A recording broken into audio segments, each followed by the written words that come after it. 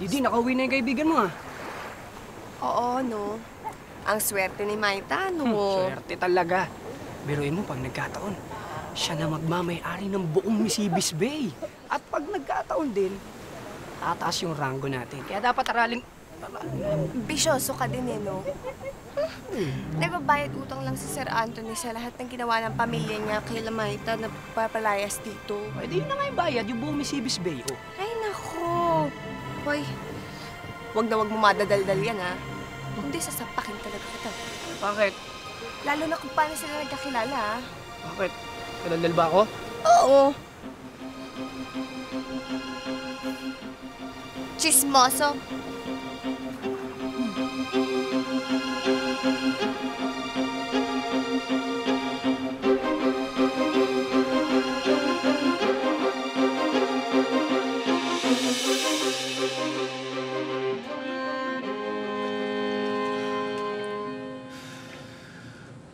Narinig ko ang nangyari sa ni Maita. How kinky. You should have been there. Para may umawat naman sa akin. Alam mo naman si Kuya, torpe. God help me if I fall in love with somebody that's torpe. Alam mo, tatlo naman kami magkakapatid. Pwede ka naman pumili ng iba. Like who? Like me. Ano ba sa palagay mo ang tingin ko sa inyo magkakapatid? Barbecue? Eh, hindi ako mahilig sa tuhod. Why don't you try? Mali mo, magustuhan mo. Subukan mo yan sa babae ng daddy mo. Baka pumayag siya. I actually might. Pero after kita makuha.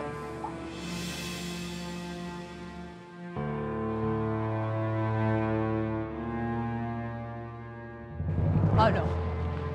Yes, ma'am. Magkwento ka tungkol sa kaibigan mo si Maita. Ano po? Gusto mo malaking pera, di ba? Marami ako niyan kapag magkwento ka.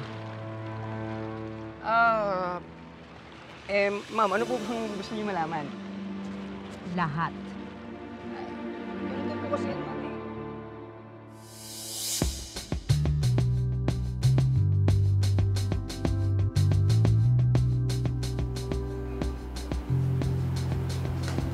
Ano na mo dito?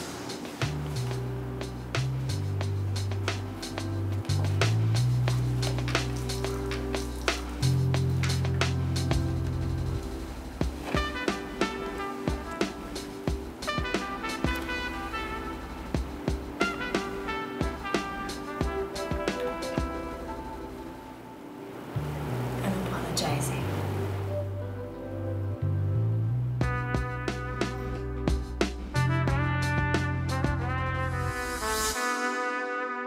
Magkakilala na pala si Daddy and Maita. May sabi. At pinabayaran ni Daddy ang mga damages na nagawa nila dati sa pamilya niya. Daldal mo?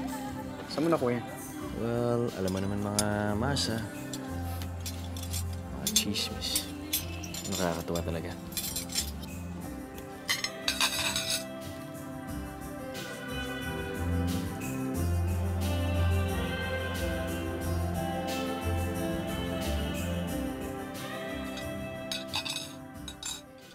Miranda?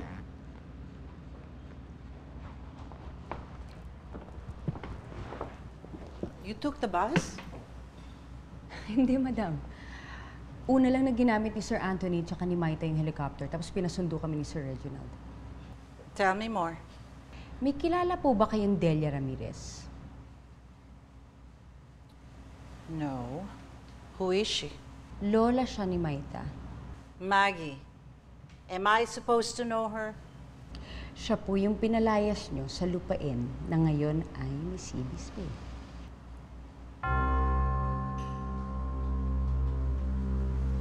Oh my God.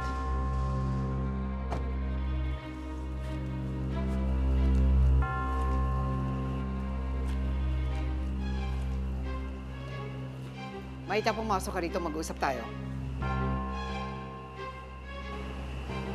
Magandang gabi po. Ako po si... Kilala kita. Ikaw ang hayop na unang nagpahirap sa amin.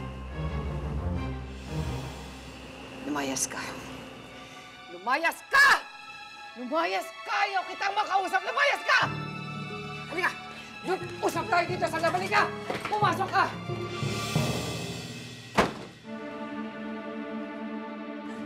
Mag-usap tayo! Maita! Paano mo nagawa sa akin ito? Paano? Ha?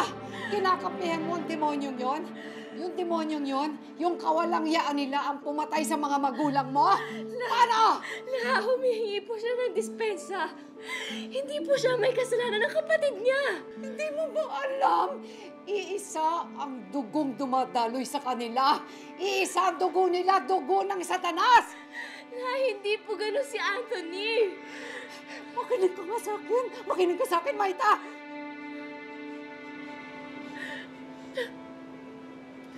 Pakakasalan ko siya.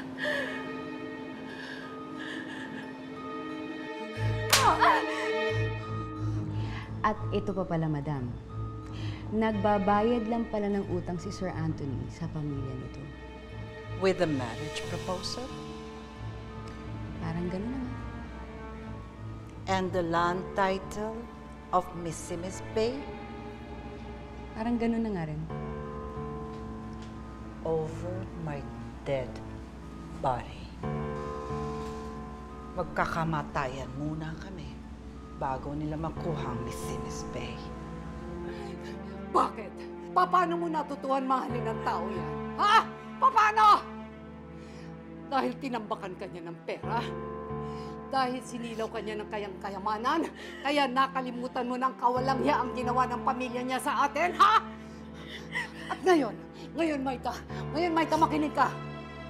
Ngayon, handa ka nang ibigay sa kanya ang iyong puso, ang iyong katawan, na inalagaan natin. Maita, hindi mo ba alam? Para ka nang kumampi kay Satanas, hindi mo ba alam yan? Hindi mo ba alam? Hindi gano'n si Anthony, Ilang beses ko po masasabihin sa'yo, hindi gano'n si Anthony. Matigis na ulo mo eh! Ayaw mo makinig sa akin! Bakit? Ha? Kung ayaw mo makinig sa akin, umalis ka na. Umayas ka na! Umalis ka na! Umalis ka na! Umayas ka na! Umalis ka na! Umalis ka na! Umalis ka! Umayas ka! Lola! Umalis ka na! Umalis ka na!